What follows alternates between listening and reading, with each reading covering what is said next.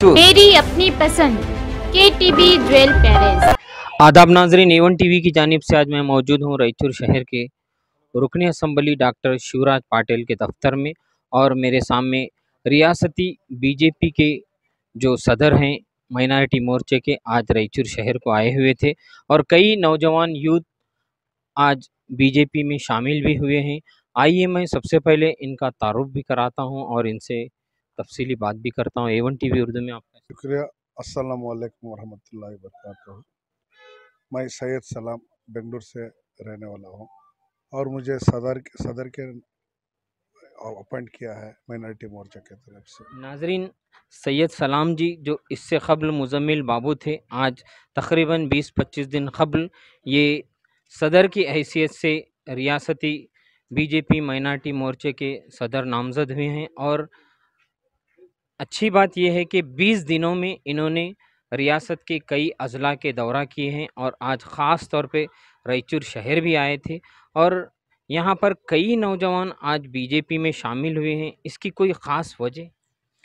नहीं, मैं सदर बनने के बाद मुझे ये था कि एटलीस्ट पूरे जितने भी डिस्ट्रिक्ट हैं, 30 डिस्ट्रिक्ट हैं जो कर्नाटक के अंदर, बोरिंग को जाके मैं खुद वहाँ मेरे आँखें से देख के और सबको मैं इंटरेक्ट करेंगे। तो अगर से मेरे मोर्चा के जो भाइयाँ हैं जो डिस्ट्रिक्ट के अंदर मंडल के अंदर, जब मुझे हकीकत ग्राउंड रियलिटी पता चलता है, इसीलिए मैं खुद 30 दिन के अंदर मैं पूरा कंप्लीट करके उसके बाद में बैठ के किधर किसको मैं क्या करें तो उधर हमें काम कर सकते हैं नहीं कर सकते हैं ये सुबह जानने के लिए मैं दौरा कर रहा हूँ। अच्छा साहब, आप 20 दिन से तकरीबन जब से आप नामज़द हुए आप दौरा कर रहे हैं, माइनॉरिटियों की क्या क्या कमज़ोरियाँ, क्या क्या चीज़ों की ज़रूरत है इनके? माइनॉरिटी की कमज़ोरियाँ की लिस्ट अगर से बनाएंगे तो बहुत बड़ी हो जाएगी, क्योंकि जो आज तक आज़ादी हिंदुस्तान के बाद में खाली कमज़ोरियाँ हैं। हमें लोग क्या कर रहे हैं बोले तो आंखें बंद कर को जाको एक कोई के सियासत पार्टी को वोट डाल रहे हैं। उनको आज तक भी हमारे परवाह है नहीं। उसके ताजी एक मिसाल कल सीएम इब्राहिम के साथ भी हो चुका है, आपको पता है। और सरडे की जो आपको आपके गुलबर्गा के सरडे सब एमएलसी के टिकट देने के बावजूद हरा के ये सब भी कर देखते रहे तो आज का मुसलमान रियली परेशान है। अच्छा, आपको ऐसा क्या लगता है बीजेपी में मुसलमानों के लिए, माइनॉरिटी के लिए ऐसी क्या ख़ास बात है जो इतने नौजवान शामिल हो रहे हैं? नहीं, अभी इतने सालों से दूसरे पार्टियों को देख देख देख के खाली हमें स्टाम्प के तौर पे इस्तेमाल हो जा रहे हैं बोल के इनको भी पता चल रहा है अभी। इसके वजह से कम बीजेपी के साथ में अगर से जाएंगे तो कम से कम काम तो होएगा, कौम का काम हो क्या सकता है। जबकि बीजेपी की ये हुकूमत आने के बाद कई माइनॉरिटी फंड्स जैसे कि शादी भाग्य स्कीम जैसे स्कीम भी निकाले गए। आपको मैं बीजेपी का सदर होने के नाते बोलता हूँ, मैं खाली इतना नहीं बहुत कुछ हो रहा है। मगर आप भी सोचिए, बीजेपी में एक मुसलमान का वोट भी नहीं पड़ता। पूरे जितने भी उनका अभी जैसा कि जिसको वोट डालते हैं उसी को तो काम करना भी है ना उन्होंने।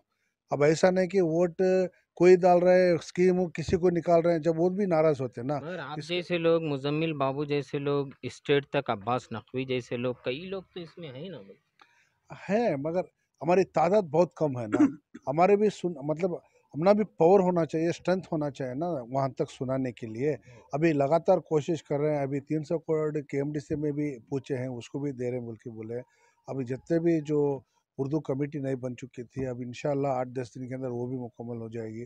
उसके बाद वक्फ काउंसिल, वक्फ फाउंडेशन, ये सब भी ऐसा ही आधे विधे में खड़े थे, ये सब भी। स्कीम तो कई एक है, मगर मैं शादी भाग्य इसलिए ख़ास तौर पे बोल रहा हूँ, इसके तरफ से कई गरीब लोगों के बच्चियों की, लड़कियों की शादी होती थी। आप कभी इस पर बात करें?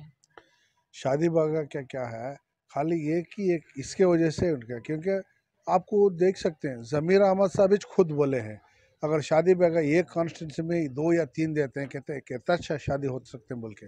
क्या ये सभी कुछ कमियां भी है, ये सभी देख के दिखा के अगर कौन सा भी अगर एक बाग कौन सा भी स्कीम करते हैं गवर्नमेंट 100 बार सोच के करना पड़ता है।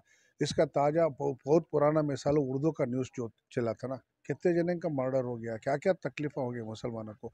ये शादी बागिया भी कुछ भी नाम लेके सबको भी लेके मुसलमानों को अलग से करके करने का था।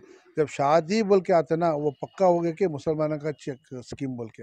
इसके वजह से ख़ास तौर पर उसको रोका ठीक गया है, है। मैं भी आपसे उम्मीद कर रहा हूँ आगे चल के आप अभी-अभी शामिल हुए हैं, आगे हम भी उम्मीद करते हैं कि आप ज़्यादा से ज़्यादा माइनॉरिटी के काम करें। मगर एक आखिरी सवाल, आजकल जो हिजाब को लेकर मामला चल रहा है रियासत भर में, इसके ताल्लुक से आप आवाज़ क्यों नहीं? सब अभी आपको भी पता है, अगर आप कॉन्वेंट स्कूल में अगर से जाएँगे तो वहाँ हिजाब आज तक अलाउ नहीं कर नहीं, रहे मैं हैं। हिजाब सही है, गलत है, ये एक अलग मुद्दा। मैं ये चाह रहा हूँ आज जो लड़कियाँ हिजाब को लेकर कॉलेज के बाहर हैं, रोड पर आ गई हैं, कहीं बालकनी में खड़ी हैं, ना जाने क्या-क्या आप देख रहे हैं। तो इस पर कोई जाकर बात क्यों नहीं कर रहा है? नहीं, अभी गवर्नमेंट स्कूल्स में ये हो रहा है बोल के जो चल रहा है ना, अभी सी नागेश ने आज एक आपने देखा नहीं होगा, आज बोले हैं कि उडुपी में जो जाके बात करके हैं आज बात किए हैं आज, पता नहीं अब क्या नतीजा निकलता है, क्योंकि पेरेंट्स और जो स्कूल्स के जो मैनेजमेंट है उनके नहीं, अब साथ बैठ के स्टेट बात। के जब माइनॉरिटी मोर्चे के प्रेसिडेंट बन गए हैं, तो इस पर आप पर ज़्यादा ज़िम्मेदारी होती है। ज़रूर साहब ज़रूर, मैं इसके बारे में अब खाली एक 4 दिन का दौरा है, ये फिनिश होने के बाद फ़ौरन कहाँ-कहाँ ऐसा हो रहा है मैं थोड़ा जानकारी लेके मैं खुद जाके उधर क्या कर सकता हूँ बोल के बात करता हूँ। ठीक है, इंशाल्लाह हम उम्मीद भी करेंगे। नाज़रीन, ये हैं सैयद सलाम जी, जो हाल ही में नामज़द हुए हैं बीजेपी मोर्चे के प्रेसिडेंट, और उम्मीद भी कई लोग लगाए हैं। और आज आप देख रहे हैं मेरे आजू बाजू जो पीछे कई नौजवान आज रायचूर शहर में भी इनकी इसी उम्मीदों पर बीजेपी में शामिल हुए हैं कि आगे चलकर अगर इनकी ऐसे ही नौजवान बीजेपी के साथ पूरी तरह से अगर जुड़ गए तो आगे इन्हें भी कई एक इख्तिदारों में शामिल किया जा सकता है। इसी उम्मीद के साथ इन्होंने ये उम्मीद भी दिलाई है कि हिजाब के ताल्लुक से जैसा ही इनका ये दौरा ख़त्म होगा उस पर भी वो आप तफसीली बात करेंगे। मैं आपका मेज़बान एंकर इंडियन भाषा A1 TV उर्दू रायचूर से।